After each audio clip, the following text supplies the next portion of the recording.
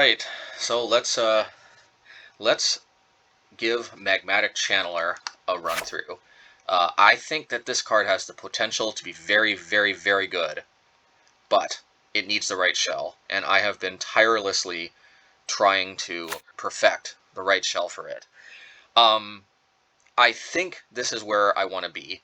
I did try futzing around with different options, like for example, Manamorphose to help make Channeler a 4/4 faster. Um, and it's I could possibly see myself going back to it, but I think that the core of the deck, which is very similar to the Obosh Prowess deck, is where I want to be. Flame Slash. I actually tried playing Burst Lightning again, but there's just so many matchups where I really need the 4 damage.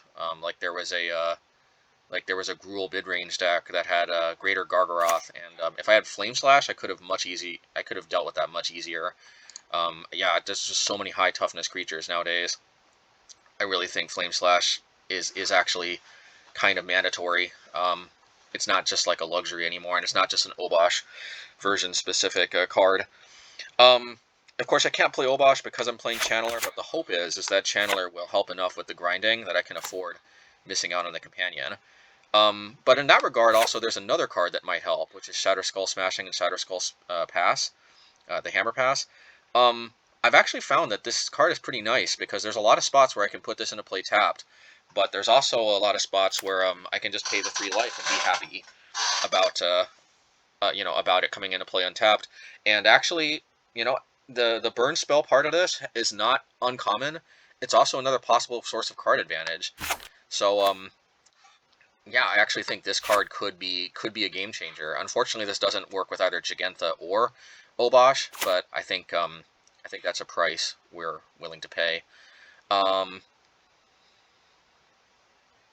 Yeah, and sideboard, a Braid. Just I really like having access to both artifact removal and additional creature removal. There's definitely matchups like humans where having the extra creature removal is always welcome. Even though we're generally favored, you just generally don't want to leave that up to chance. Don't want to give them an opportunity to draw exceptionally well and come back.